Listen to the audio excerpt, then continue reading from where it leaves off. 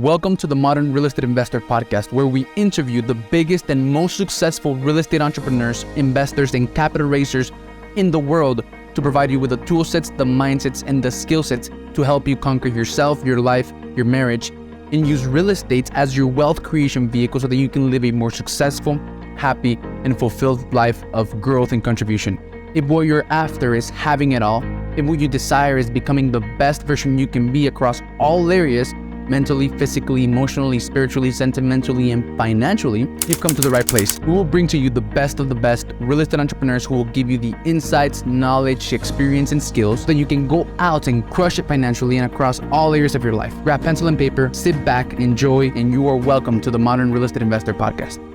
All right, so hello, Modern Kings and Queens. Welcome to another episode of the Modern Real Estate Investor Podcast, where we interview the best real estate investors, entrepreneurs, capital raisers in the world to give you and provide you with the tool sets, mindsets, and skill sets for you to conquer yourself, your life, your marriage, and use real estate as a wealth creation vehicle so that you can live in a more successful, happy, and fulfilled life of growth and contribution.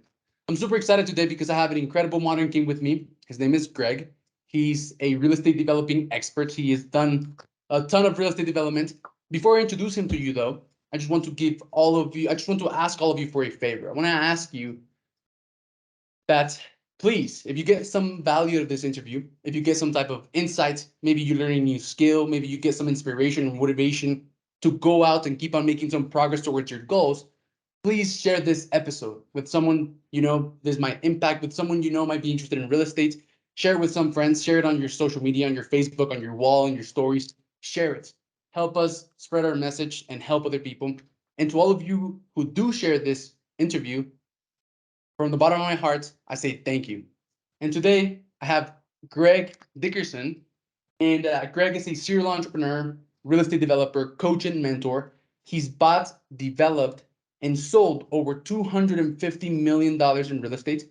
He's built, renovated hundreds of custom homes and commercial buildings, developed residential and mixed-use subdivision, and started 12 different companies from the ground up. He's a serial entrepreneur. And Greg currently coaches and mentors some of the top real estate entrepreneurs, real estate investors, and real estate developers from around the world to help them start, grow, and scale their businesses, raise more capital, and do bigger deals. Greg's clients currently have over $2 billion of assets under management and deals in processes. And I'm super excited to have you, Greg. Thank you very much for being here, man. And you're welcome to the show. Hey, thank you. It's a pleasure to be here. Thanks, man. So the first thing that I do with my guests, Greg, is I ask them to walk us through their real estate investing journey in 75 seconds or less. All right. So you want me to go? Yeah, go. Yeah. So, I'm a classic serial entrepreneur, natural born entrepreneur. Started out, 9, 10 years old. I learned very young. My dad said, if you want something, you need to go figure out how to pay for it. I'm not going to give you the money. So I would knock on your door. I'm Greg. I live down the street. I'll cut your grass, rake your yard, wash your car, walk your dog, whatever it takes. I need to make some money. So that's how I learned entrepreneurship. I did not go to college. I went in the Navy right out of high school. After I got out of the Navy, I worked in restaurants. And I did construction on the side. I was working in a restaurant. A guy was building an addition. He hired me to clean up after him. So I'm a hard worker. I'm a fast learner. And he liked me. So he had me follow him around from that point. So I learned construction working for him while I was doing restaurants at night. And fast forward to 1997, I moved to the Outer Banks of North Carolina, a little island off the coast of North Carolina where the Wright brothers took off, where flight originated. And I started a little remodeling handyman company in 1997. 7 years later, it was a $30 million building company. I was one of the largest builders and developers in the area. And I started and scaled 12 other companies along the way, mostly service-based companies, ancillary to the construction and real estate industry. And I reinvested all the profits into real estate and kind of scaled that. And that's where the $250 million came from. It was all me, my own money, going to the bank by myself, no investors, none of that. I did hundreds of millions with investors aside from that, but that was just me, my own capital, signing on the dotted line at the banks. Started out with a lot flip, then I started building spec houses, then I started doing commercial buildings, multifamily, land development, mixed-use subdivisions, all that. So my goal and my purpose in life was to build businesses, to generate cash flow, to invest in other assets so that I could fund all of my ministry efforts and my philanthropic efforts and things like that. So that's me in a nutshell.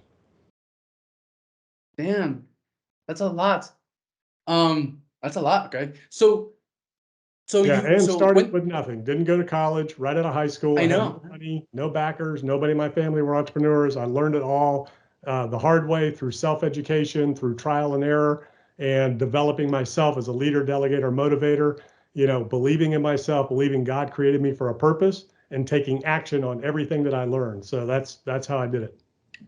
Leader, delegator, motivator. So if you don't mind me asking, Greg, it might be a little bit inappropriate. I don't know why I feel like it's inappropriate, but how old are you? Now, I'm 55. 55. Extremely young. How 55. do you So I feel? Do you started my feel journey in 1997. I think my entrepreneurial journey, I think I was 29 or 30 years old when I started my first real full-time company. I stepped out of, any kind of a W-2 environment. I had some regular jobs here and there, was in the Navy. After the Navy, I worked in restaurants, always did construction on the side. I moved to the Outer Banks to open a restaurant. I worked in the restaurant industry the first year there, but it was in 1997 when I decided I was going to go self-employed 100% all the way, and I've never looked back since. So that was 30 years old. So by 37, it was lights out for me. I'd achieved pretty much everything I wanted to from my initial goal standpoint, from a financial independence standpoint. Mhm. And then from that point on, it was just, fulfilling my God-given purpose on this planet and just, doing deals and helping other people. And, you know, now at 55, I'm teaching other people how to do what I did and, passing along the wisdom and the knowledge and the skills that I've learned over the years doing everything that I did in all the different businesses, all the different companies. I'm a co-founder in a tech startup right now. I do real estate deals and I'm coaching people all around the world. I've got clients in UAE, I've got clients in Canada, Australia, and all over the country doing all kinds of different things, real estate investing and development, helping them raise capital to buy big buildings and do multifamily, helping people that have building companies, helping people get into development, and helping people scale their, businesses that are non-real estate related. So, that's kind of me in a Cool. nutshell. Yeah. So talking about helping others do the same, do everything that you've been able to do for the past, I don't know, like 20 plus years. Talking about that, I went to your website and you have a bunch of literally a bunch, like maybe like 5 or 6 or 7, like less than $100 courses, right? Like real estate investing coaches, multifamily investing courses, raising. Can you talk to me a little bit about that? And like, why are they priced so that anyone can literally buy it? That's the reason. So anyone can buy it because I didn't have those resources when I was coming up. There were books and things like that. And these are basically audio, video versions of a book. If I were to sit down and write a book, that's what this is. So, you can download an app, it's all the information there, but it's everything I know, everything I learned along the way, doing everything that I did that I poured into those courses. And I keep updating them, adding to them. And, it's also full of thousands of dollars worth of resources that I paid, legal documents I paid attorneys to create, spreadsheets that I paid, people, employees, consultants to create, things like that. So yeah, they're extremely valuable. I mean, I could easily sell them for thousands of dollars, but, I want to be able to give people what I had, give them the experience that I learned and make it accessible. So I keep the prices of those low, and then of course the coaching's a different story. That's a different level and a For different sure. engagement. That's not cheap, but the courses, I created that for impact, so that everybody could have at their fingertips everything that I know, everything I learned, right there in their phone that they could just look it up. And it's just like you were asking me a question right there. It's all right in those courses. So that's the reason I want to impact this world. I want to help other people. My life I've been extremely blessed through my entrepreneurial journey, and I've been able to give back and bless others through that, not only financially, just giving, but also by teaching and mentoring and helping and coaching. And I tell you, people will go through these courses. I get messages every day that my little $95 course is changing people's lives, that they completely transform their lives, their families' lives for generations just by going through the course. I mean, it's really amazing. It is like literally, it's $95. Anyone could come up with $95 to invest in one of those, one of those types of courses. So where can we find out one of those courses? Like, we have your website, but would you mind giving it to us? Yeah, it's all on the website, gregdickerson.com. That's the easiest thing to remember, gregdickerson.com. All my stuff's there, courses and coaching and all that stuff. But yeah, they're good stuff. And if you take action on what's in there, you can change your life with them. Mm-hmm. So one thing, a quote that I read when I went to your website is, one connection is all it takes, right? And I have this belief that we're literally one connection away from anything that we want, and it's because of my own life, right? Like there's nothing that you could ever want to be or do or have that there's someone out there that doesn't already like is that type of person or does the type of thing or has the type of life.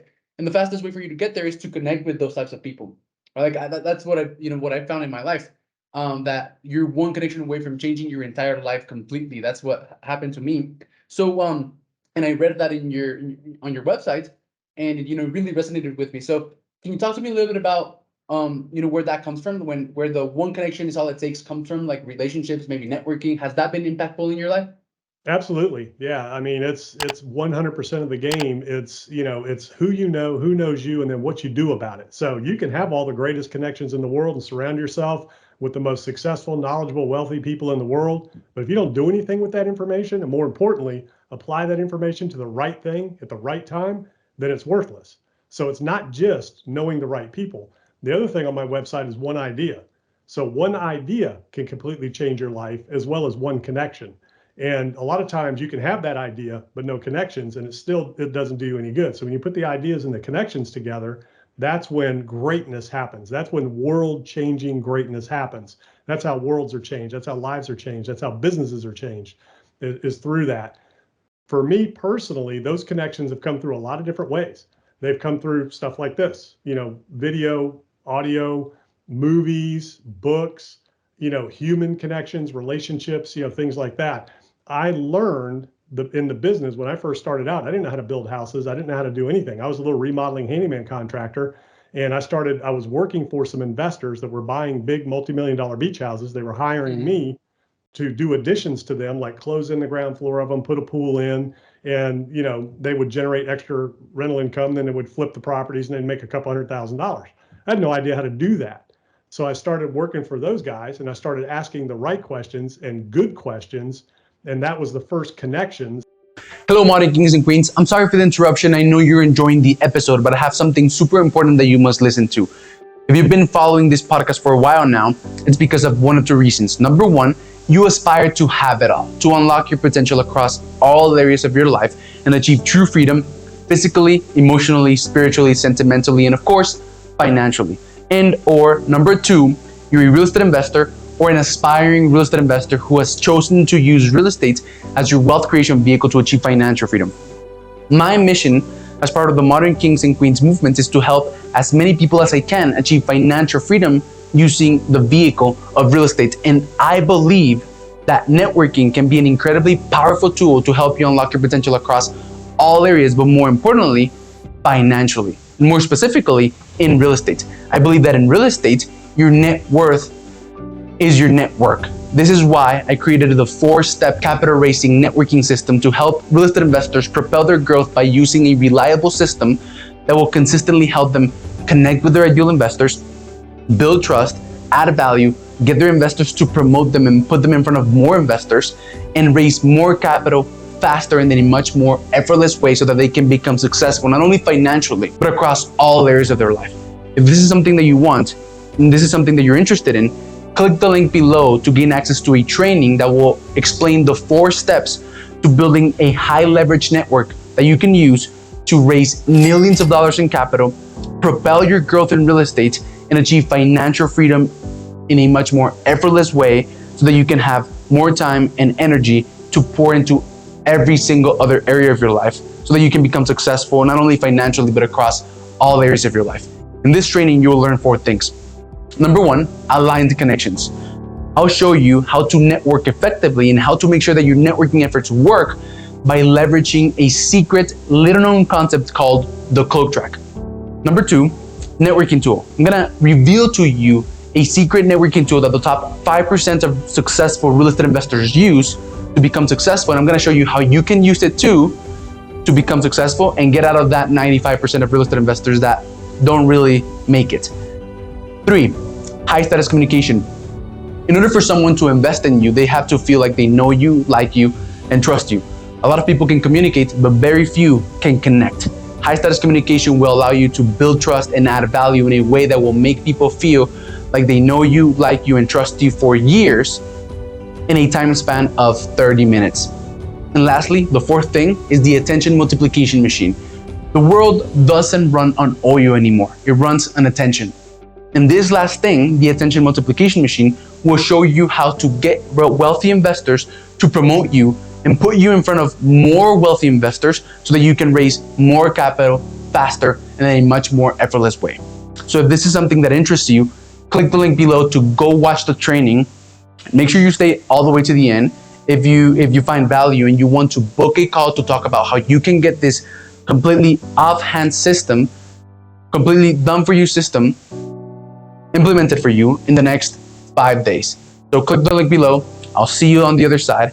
And I hope you enjoyed the rest of your episode. Thank you very much. Bye-bye. That I made that taught me how to do the same thing. They said, hey, if you want to do this, here's what you got to do. So I learned from them. So I took the information, I applied it to the right thing at the right time. When I did my first lot flip, I didn't know how to do that. I didn't even know that was a thing. I had a friend of mine who was a realtor, came to me with the opportunity. That one connection launched my career in terms of land development and opening and turning on the light bulb of what you could do with land. He said, hey, we can buy this lot over here for 100,000. My dad's got a client that'll pay 150 or 130. You put up the money, I'll do everything else. We'll split the profits. I'm like, you can do that? He said, yeah. I said, okay. So we did it. 30 days later, we split $15,000, and I had 100 grand laying around in and out. That one relationship, that one connection. So what I do after that, I started tying up all the land I could get my hands on as a builder. And what I learned from that interaction was people wanted that land and they wanted the houses, and I was a builder. So I said, I tied up all the land I could in the best developments in my area. And if somebody wanted to have a house on that lot, they had to buy the lot from me. So I made a profit on it. And then they had to build the house with me. So I made a profit on that. So that one little connection. Now, here's the other thing. I know you have a faith and you're a Christian, and I've heard you talk about it. So the individual, the realtor that brought me that deal, we did another deal together. I had an oceanfront hotel. I used to tear down oceanfront hotels and build big beach houses on the ocean down in North Carolina. So I had this deal under contract, and I told him about it. He was a realtor, and he was struggling financially. They were about to lose everything. He had a flower shop, and it was going out of business. And so I told him about this deal, and he had a client, very wealthy client, that came down and bought all of those lots from me and built all those houses with me. So that was my first big project that launched me into the multi-million-dollar oceanfront property development business. That was my first. I didn't even know what I was doing. Tied this hotel up. I know it was $3 million or something. I flipped it for 4. I can't remember. But that was my first big deal. But for him, that commission from that deal changed his life. He was able to pay off all his debts, get rid of that flower shop, launched his career in real estate. He got this guy as a client. He brought another guy in who became another top client. And I did probably 20 or $30 million worth of deals with those guys alone. And he was the realtor of all those deals and made probably $500,000 in a year just doing all of our deals together, just because of those relationships and those connections. Now, here's the interesting thing. So these 3 houses that I built where this hotel was, I later found out after I relocated from that area and met another group, big Christian organization, largest college Christian organization, on campus called Chi Alpha. It turns out that they held their retreats in those 3 houses every single year. I didn't even know that. I had no idea. So, and people were getting saved and baptized and ministry, all kinds of stuff going on from those 3 houses. They were big houses. They were 12-bedroom houses. So you could bring in each 12-bedroom house, I think, something like 30 people, 34 people could sleep in those houses, 36 people maybe. So they would bring like 100 people into those houses every year and have these huge outreach events and retreats. And I had no idea any of that was going on. So and the way that hotel came about was a whole nother random connection too, it kind of landed in my lap. So, connections are everything. And everything is connected, right? Like one little thing could lead to dozens or even hundreds of other little things, and you don't even know, right? And So you don't even know about the impact. So the way the hotel came about, I just remembered. So I was going to build my first house, and I wanted to buy this lot. So I bought a lot, and there was a lot between me and the house next door. And I told my wife, I said, you go pick the plan. I bought the lot. She came back with a bigger plan than the lot would support. So I went to my neighbor. I said, hey, I need a little bit more land. Would you sell me this lot next door? And he said, well, I'll sell you half of it. We'll split it. You get this, I get that. We have a nice little buffer. And I said, okay. And he goes, and he owned a bunch of Dairy Queens down there, and he owned a bunch of hotels. And he said, hey, by the way, I've got this hotel under contract. Me and my partner were going to do it. We decided not to. Do you want the deal? I said, sure. He said, well, here, take my attorney a check for 25 grand, contract's yours, deal's yours. You buy it, you develop it. We don't want to mess with it. And he said, Hmm. you know, we were going to build 8-bedroom houses, but you know, there was a big problem with big houses down there. And he said, don't try to do bigger. You know, long story short, I ended up getting 3 12-bedroom houses instead of 8-bedroom houses. I made the property work twice as much as it ever would, just because of that one connection from that one lot that I was going to buy to build my house on. And I went next door to ask him for that, you know, other half. Had I not done that, that whole deal never would have happened. That realtor never would have changed his life. The ministry would have never been going on where it was going on. I mean, just all these things from one connection. It's crazy, right? So, Greg, so where do you think all of these connections come from? Because I just landed, in a real estate development company. Well, they have a real estate development company is like an arm from like the company. The company is called AF Clusters, right? So they're like a cluster of companies, and one of their companies is real estate development, which is something that I've wanted to do. I put it in my vision board like 2 years and a half ago. I didn't even know why. I don't even know why I picked real estate development, right? And then 2 years and a half later, I connect with a guy who's owner of this company of companies.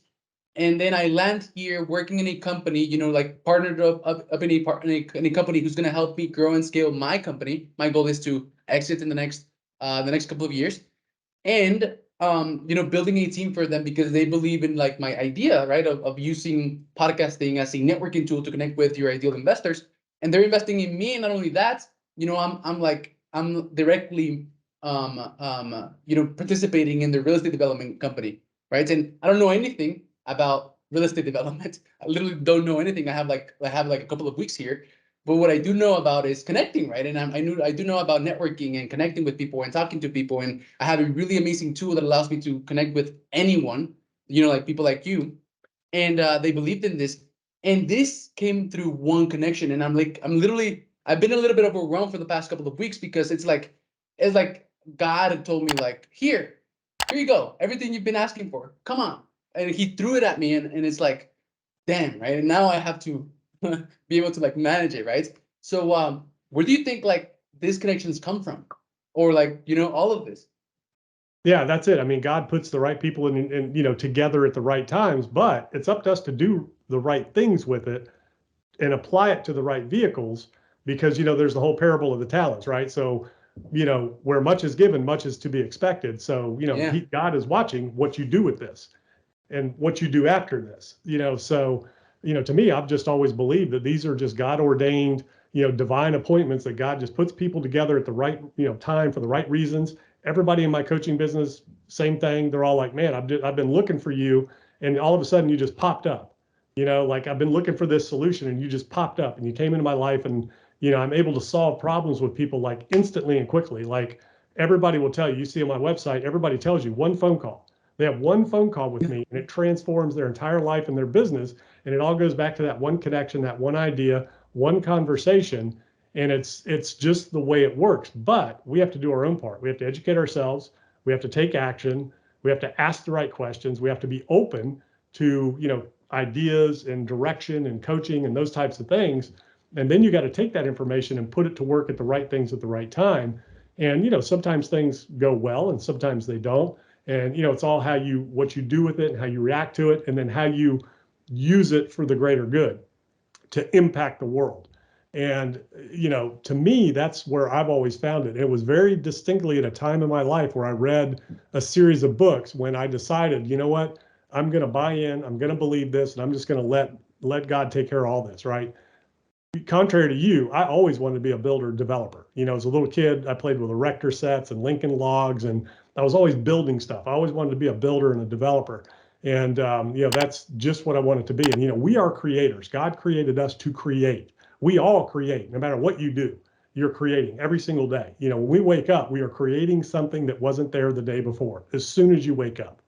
So for me, that manifests out into the world of real estate development and in companies. I love building companies.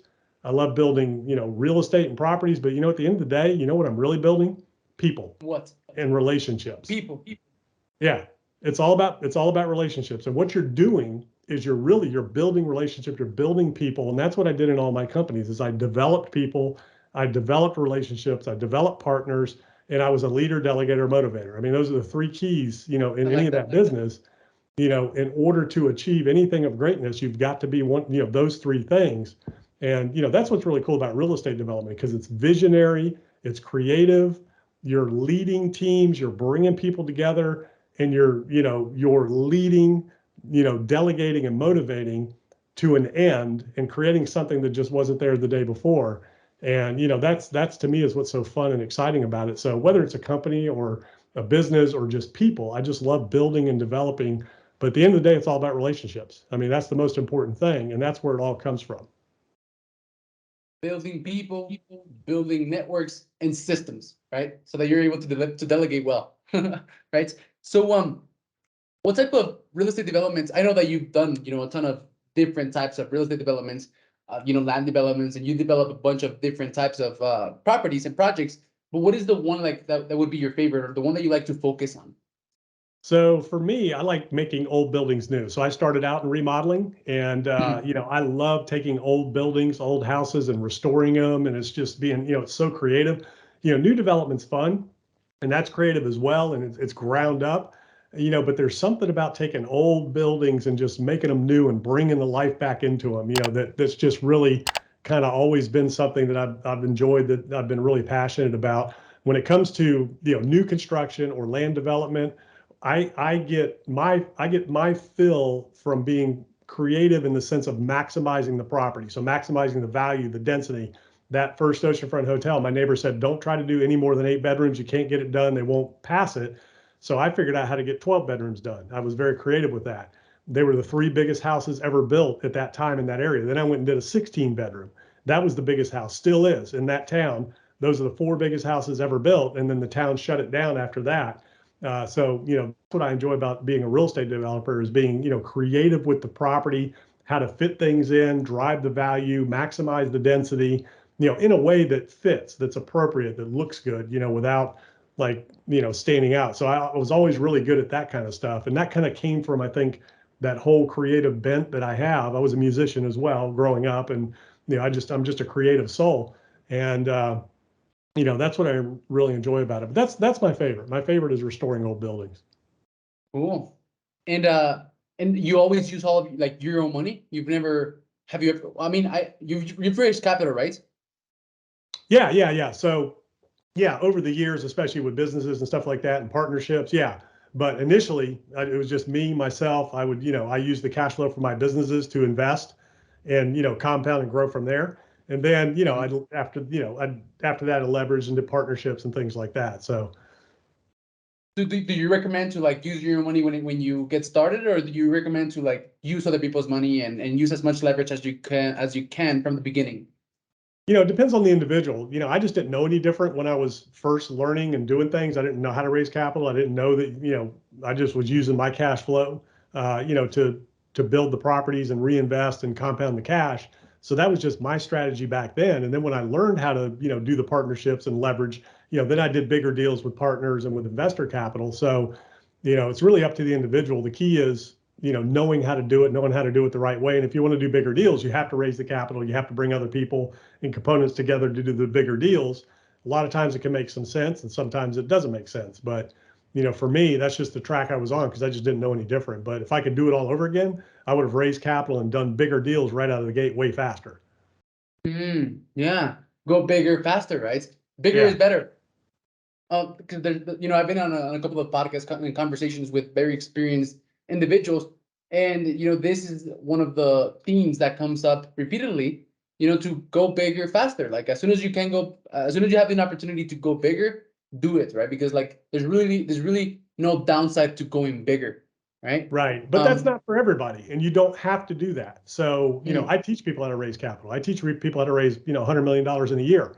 So, that's one of the things that I do. And I've got people all around the world doing it. And I also have people that don't want to do that. They just want to use their own money. They just want to do their own thing. They don't want to be responsible for other people's money. So that's a big responsibility. Where much is given, much is required. And you're going to be held doubly accountable, for that. So, not everybody wants to grow and scale. Not everybody wants to, go super big, and that's okay, because, we're all different. We all have our different passions, our different bents. We all have our different business models and, things like that. So you got to figure out what's right for you, what you want to do, and then go after that. Awesome. So, for any modern king or modern queen out there, you've got to figure out what you want and, feel good with it, feel enough, and then just embrace it, right? In my case, Greg, for some reason I want to go really big, right? And I asked for going big, and it's being given. So, like an example, one of the things that I wanted to do, I was exposed to a couple of masterminds in the past 2-3 years, ever since my daughter was born. And these masterminds like Gary J. White, Wake Up Warrior, and then the King's Council, and another like the Lion's Den, right? And basically, this masterminds, what they teach is how to become a better man, right? And they talk about family, fitness, focus, finance, the 5 pillars, right? The same message, different messenger.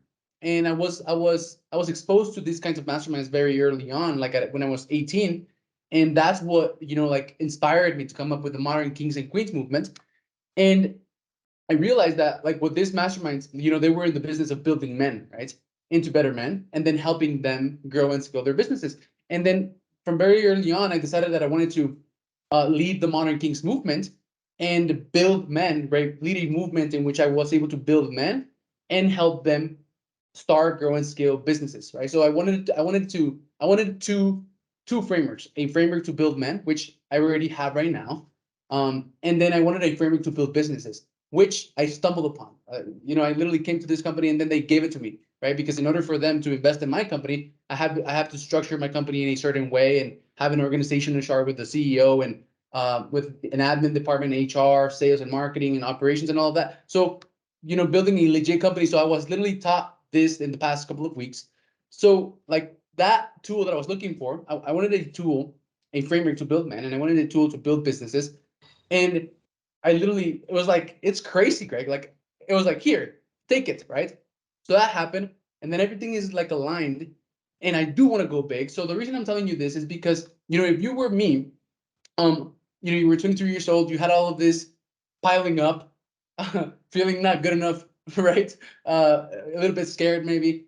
Like, what would you do, Greg? And taking into consideration that you do want to go big. And then for anyone out there listening who wants to go big, what advice would you give that type of person? Do it. Don't just do it. That's And it. especially when Yeah. you're young, because the younger you are, the bigger you can go, because the bigger you can fail and pick right back up and keep going. So you need to think from the standpoint of you can't fail. What would you do if you knew 100% for sure that you weren't going to fail? So, at this point in your life, there should be nothing stopping you for going after the biggest deals you could possibly do, the biggest things you want to do. And you need to believe that you can do it. And, but the key is education. You got to educate yourself, and you got to know what it is you want to do. That's the first thing. Figure out what it is you want to do, and just do what I did. I knew what I wanted to do, and I went after it, and I went big, and I did all of those things very quick, starting with absolutely nothing. No money, no connections, no mentors, no other entrepreneurs. And I built a little company from nothing. I did 250,000 in sales my first year, did 30 million the seventh year. And I built a company. I had 20 employees. I had a CEO underneath me. Well, I was a CEO. I had, but I had a president, vice president, I had a CFO. I had 20 employees full time managing my businesses. I had several other companies. I had people all running those, and I developed myself into that leader, delegator, motivator. I educated myself. I poured into myself, and I developed my people. So how did I do that? Books, training. I wasn't sitting in front of TV. I wasn't listening to music. I've never had one song on an iPod. So for me, it goes back to cassettes, little Sony Walkman cassettes, then the CD players, and then I had the 80 gig iPod that, I'm going to show you right here. I'm going to date myself. But so for anybody watching, I don't know if you remember this device, but this is my 80 gig iPod. I still have it today. There's not one song on here. It's all audiobooks, business, personal development, professional development, faith development, all of that. So you have to pour into yourself, and then you have to pour into your people. I've spent hundreds of thousands of dollars on my education, not college, beyond college. So I didn't go to college, but I'm very self-educated. And I brought consultants in all the time in my company on, relationship skills, on business management, on, technical aspects of the construction industry, all those different things. And then I hired professionals that taught me. My CFO, I paid 200 grand a year. He taught me how to read financials and how to, deal with banks and how to raise money and do all those things. All of my employees that work for me, I didn't know how to build houses. I went and hired the best people I could find in the area that were building the types of houses I wanted to build. And I recruited them to come work for me, and they taught me how to build those houses. I had no idea. Mm-hmm. So, you have to develop yourself first and foremost. You have to cast that big vision. You have to believe in it. And then you got to take action. So educate yourself, apply that education to the right things at the right time, and take the right kind of actions every single day, in order to reach those goals. And then surround yourself with people who are better and smarter than you, and let them do their thing and check your ego at the door. That is the number one thing that kills most people in their opportunities. They let their ego get in the way, where they don't want to humble themselves and learn from their people and let their people do things. And I'll give you an example. When I was running my company, we would build a Habitat for Humanity house every single year for a family. We'd come in and frame it from the ground up. Mm-hmm. And I was the laborer on those jobs. I didn't know how to frame. I didn't know how to build a house. I'm the CEO of the company. We're doing this. We're paying for it. We're building this thing. And I would come out and I would, all right, guys, what do you want me to do? I'm your laborer. I'll do, and I toted lumber and swept But up all day you're long. the boss, right? Like you're the boss, and Yeah. you're like servicing them basically. And that's the key right there. So most companies, the traditional world of corporate America was a top-down pyramid, right? You had the CEO Uh-huh. up here, then you had all the other C-level employees and the executive vice Yeah. presidents and right?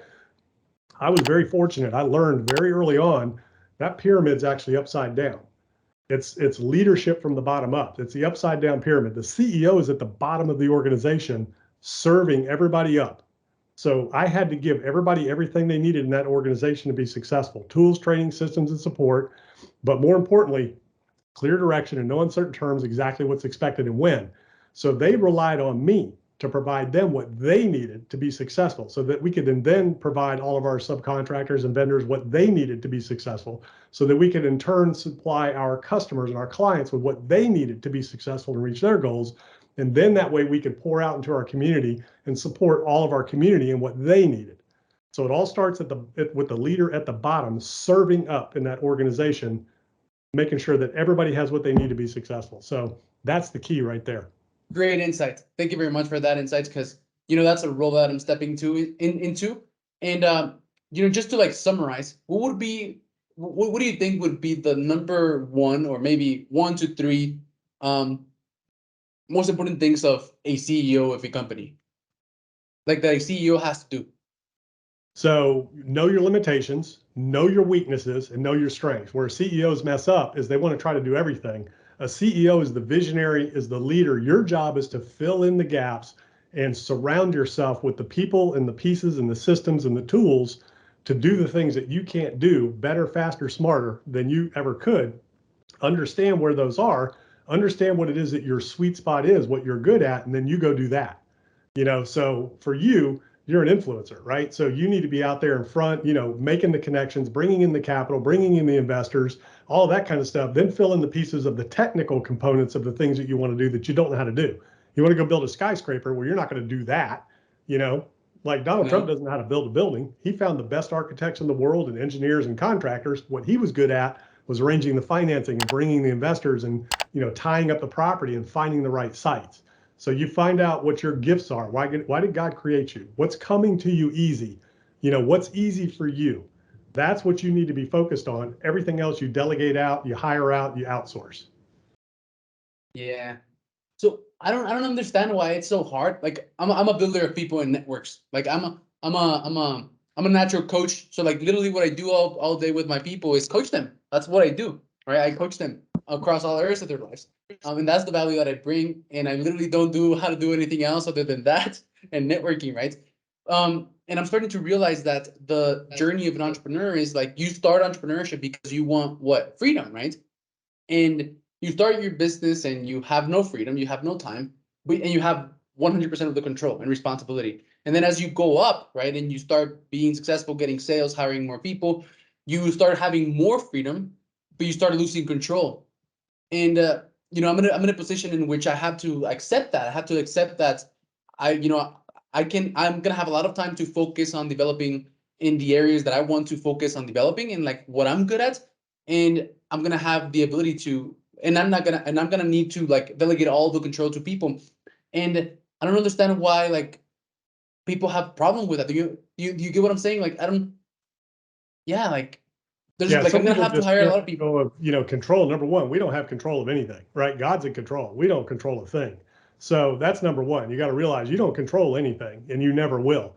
So once you understand that, then you need to understand that, you're dealing with people. So you're dealing with every business is dealing with imperfect products in an imperfect world with imperfect people expecting perfect results. Okay. So number one, you need to change your framework of what your expectation is. And you need to understand that people are going to do things differently. As long as you get the end result and get to the goal line in the most efficient, profitable way possible, then none of it really matters. And you got to find the right people, put them in the right position, and let them make mistakes. Let them do what you brought them on to do. And my philosophy in business has always been, how do you make the most amount of profit in the least amount of time with the least amount of energy and effort possible, right? That's every business's goal. You want to be as efficient as possible and profitable at the same time. So in order to do that, you have to have the right people in the right roles, and then you got to let them do their thing. And you have to understand first and foremost, you don't know what you don't know. And the most expensive thing in business is thinking you know something, thinking something to be true when it's not. So you need to understand there's other people that are going to do things different. They're going to make mistakes. As long as you minimize that, you got to let them flourish and let them do their thing, or it just won't grow. And you just need to understand they're not going to do it the way you're going to do it. Like, every great founder, Elon Musk, Steve Jobs, Bill Gates, they were difficult, and they are difficult to deal with because of that reason, right? They're perfectionists, they're the visionaries, but they can't do everything. So you have to understand that, it's not going to be perfect all the time with all the different layers, but it's going to get to the end goal in the best, most efficient, profitable way possible. So that's the key. As long as you start out with that in mind and understand, not everybody's going to do everything the way you are, but they're going to do it well, and they're going to get to the end goal. That's what you have to, realize and recognize. And then there's people that, can't do that. So they end up owner operators, and that's what they do. And that's fine. If somebody wants to be that way, it's not for everybody. Mm-hmm. Awesome. So, well, Greg, we have a couple of minutes. I want to make sure we stay within the time and, to respect your time and everything. And I like to end my interviews with 5 questions. So, the first one is actually, related to what you just said. What is something that, you thought was true that wasn't? One of the most expensive things in business is thinking that something is true when it isn't. So that's actually the first question. What is something, in your career that, you spent years thinking that it was true that wasn't? I never really had that problem, where I, thought something true that wasn't. The biggest thing, I guess, for me was understanding that no matter how far I went, no matter how far you go, you realize you don't know anything. Like even today, I'm a lifelong learner. I'm learning Mm-hmm. all day, every day, absorbing. And what's incredible is at the end of each day, I'm like, man, I don't know anything. I don't know anything. So that's the biggest thing, is that I've always been fortunate enough to just realize I don't know a thing, and I want to learn as much as I can about the things that I'm doing. It's just a big world out there, and there's just so much you don't know. It's incredible. Cool. Thank you for that. So what is a mindset shift or an empowering belief that you should have? Maybe not should, but that if you have, could help you as a real estate developer. There's nothing you can't do. So that's the biggest thing. So at your age, there's nothing you can't do. You can go pull off if you've got the right connections, the right education, the right people surrounding you. You can go pull off whatever you want to pull off, any size project. There's nothing you can't do if you educate yourself and surround yourself with the right resources to pull it off.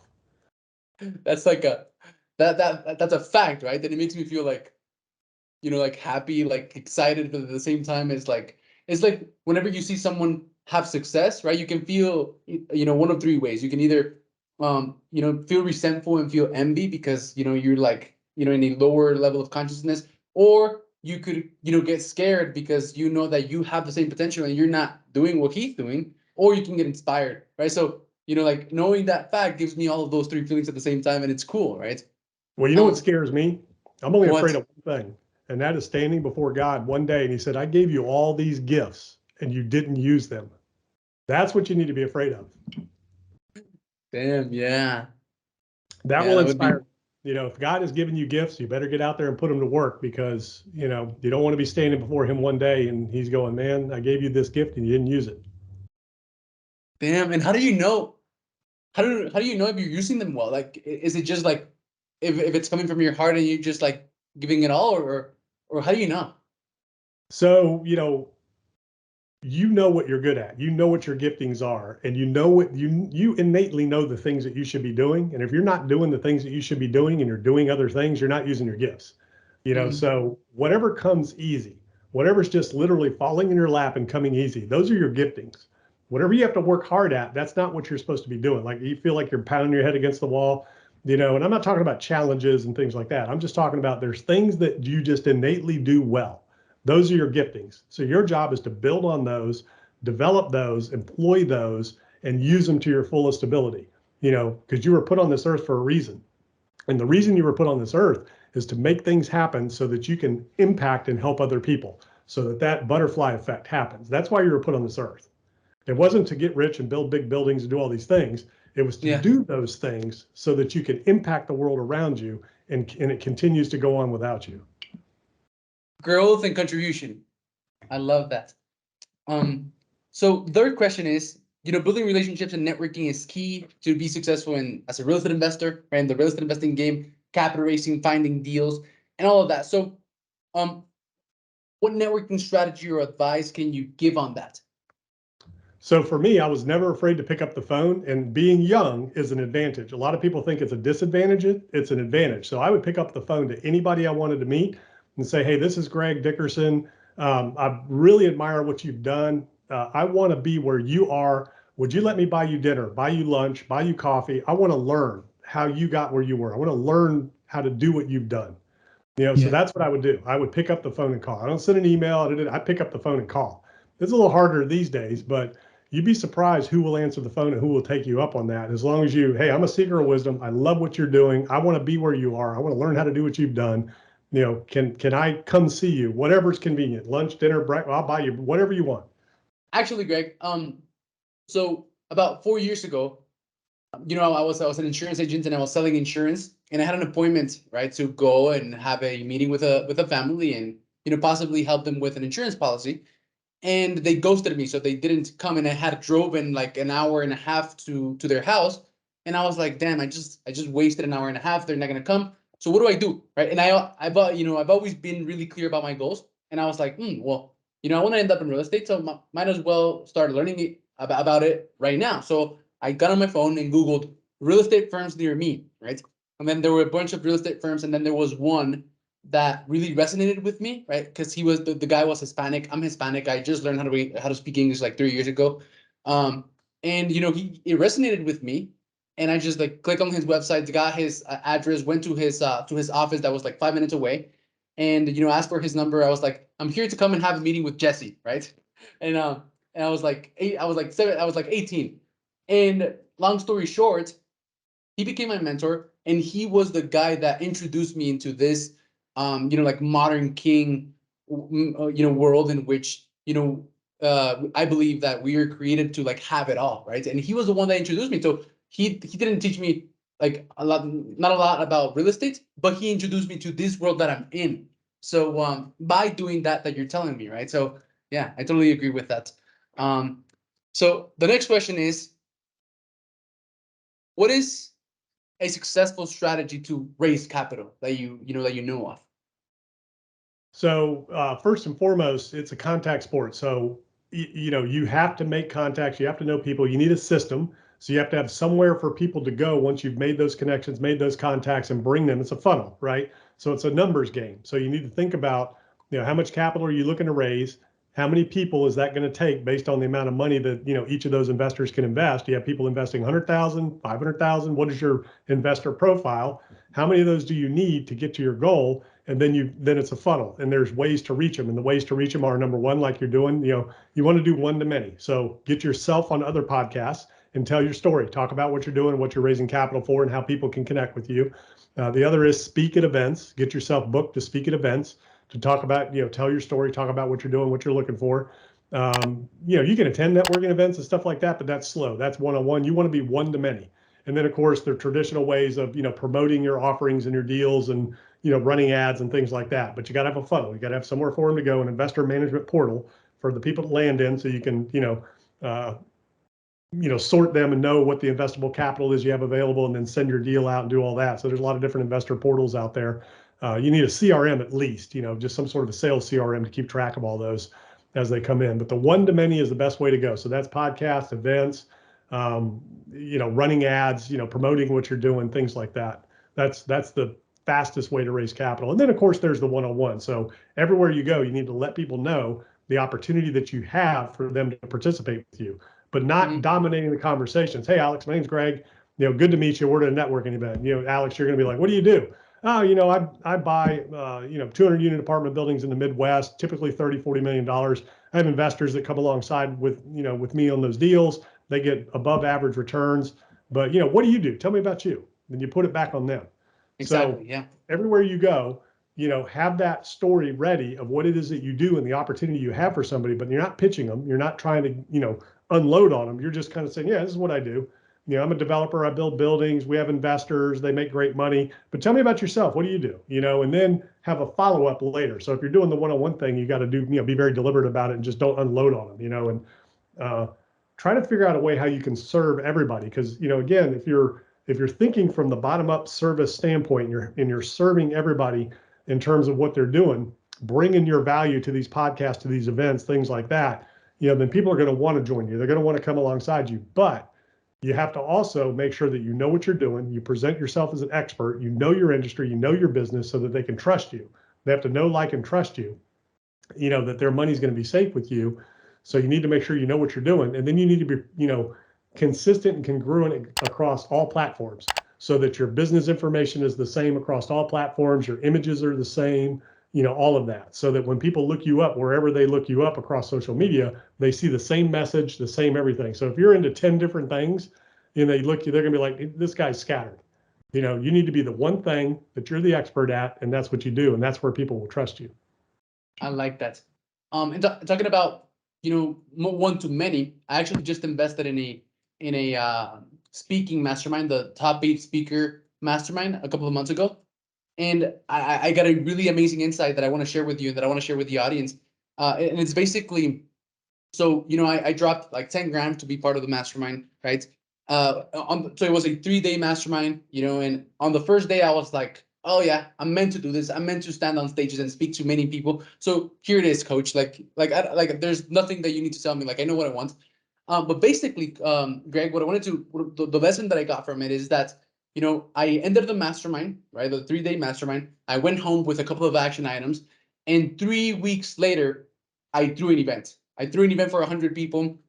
We gave breakfast, dinner. Breakfast and lunch, and it was a 1-day event in person. It was local, and it was a majestic fail because it was for 100 people, and like 70 people went. Right. So I spent a lot of money, and I didn't get the results that I wanted. But what counted was that I did it, right?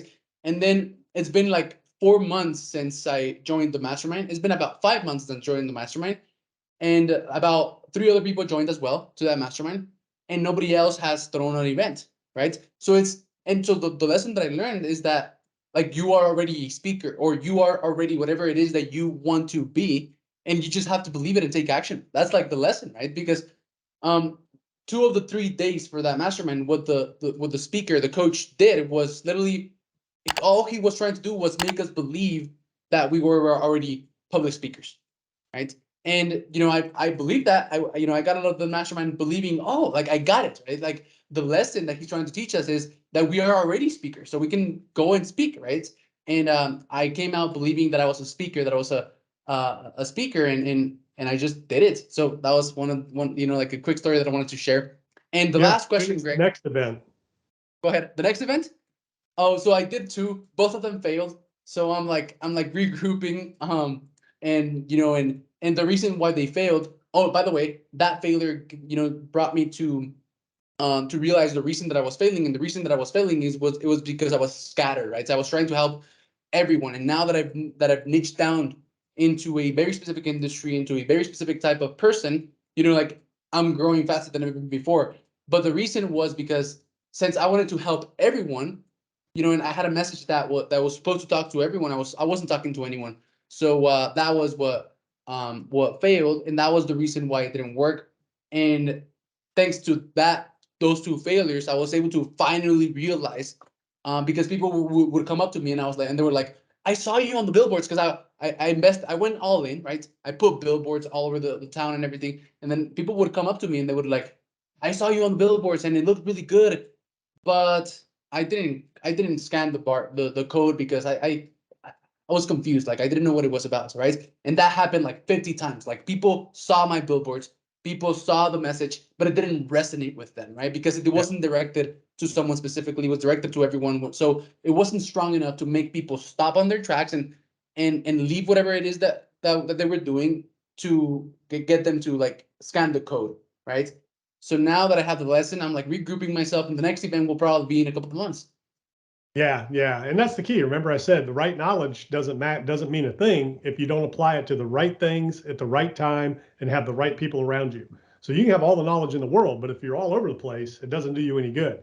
And I see that a lot. That's an entrepreneurial thing. Entrepreneurs are kind of, everywhere, and that's the key. You got to get that message dialed in. What's the one thing you're going to focus on? Who's the one? Who's the people you're going to serve?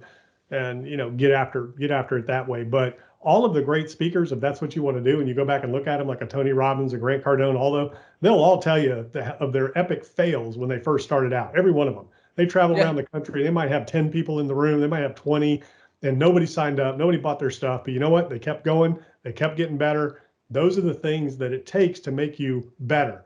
And I went through the same thing when I first started out, man. I had a lot of, projects that failed. I lost money, didn't estimate correctly. That's how you learn. That's how you get better. And that's how you move forward. But the key is you got to keep going, keep doing it. And you need to understand when the wrong thing, when it's time to like change completely, because you can keep doing the wrong things and you don't get any better. So you got to understand when it's time to move on from something, because that's another fine line. Like, as an entrepreneur, as a king, you don't want to quit, right? You don't want to give up. You want to keep going. But you can keep going at the wrong things. And, at a point, you got to realize if something is not working, you need to understand that. And you need to, sometimes let go of that and move on, like a business or whatever, and I've had those. I've had businesses that didn't work, and you just cut them loose quick and you move on to the next one, and understand what's working and what's not. Another important insight is that I already knew that information because of all the books and courses that I had taken about marketing, right? Having one message, one avatar, and being really clear about who you were talking to in your message. Like I already knew that information here in my mind, intellectually. But throwing the events helped me internalize it emotionally, right? And I finally understood. So that's another insight, right? Like I knew the information, but for some reason I just couldn't see. Like I was blind. And the last question, Greg, is knowing what you know now, what piece of advice would you give yourself at the beginning of your real estate development journey to have faster, easier, and smoother success? Yeah. So knowing what I know now, start big, get out there, raise capital, start big, because I had the knowledge, I had the team, I had the skills. I just didn't know that aspect. And, probably wasn't comfortable doing that either. So I would tell myself, look, there's nothing you can't do. Get out there, go big, and make it happen. Awesome, Greg. Thank you very much. We've come to the end. And for anyone out there listening who resonated with you just like I did, and who thought that everything that you said was super successful, and maybe they want to get their hands on your on all of your courses that you have, on your podcast that you have with over 1,000 episodes going over your journey. If people want to find these things, again, can you tell us, your website and where is it? What would be the best place to find you? Yeah, gregdickerson.com. That's where everything is. I've got a YouTube channel, podcast, courses, coaching, all that stuff. gregdickerson.com. Awesome, Greg. Well, thank you very much for your time. Thank you very much for being here. I really appreciate it. I enjoyed it, and I'll see you soon. Yep. Thank you for having me. Thank you for listening to the Modern Real Estate Investor Podcast. We want you to know that we love and appreciate you, and we're super grateful about being part of your journey of becoming a successful real estate entrepreneur and having it all. Please share this episode with a friend who you think will be impacted positively. Send it to someone who you know is interested in real estate and dreams of having it all and being the best they can be across all areas. And if you thought this episode was really valuable, share it on your social media as a post or a story. We have a special gift for all of those who contribute to the Modern Kings and Queens movement. So for those of you who decided to share this episode and help us spread our message, send me a message letting me know on any social media platform at Alex Ramirez, the Modern King. I have a special surprise for you. Thank you for watching, and I'll see you later.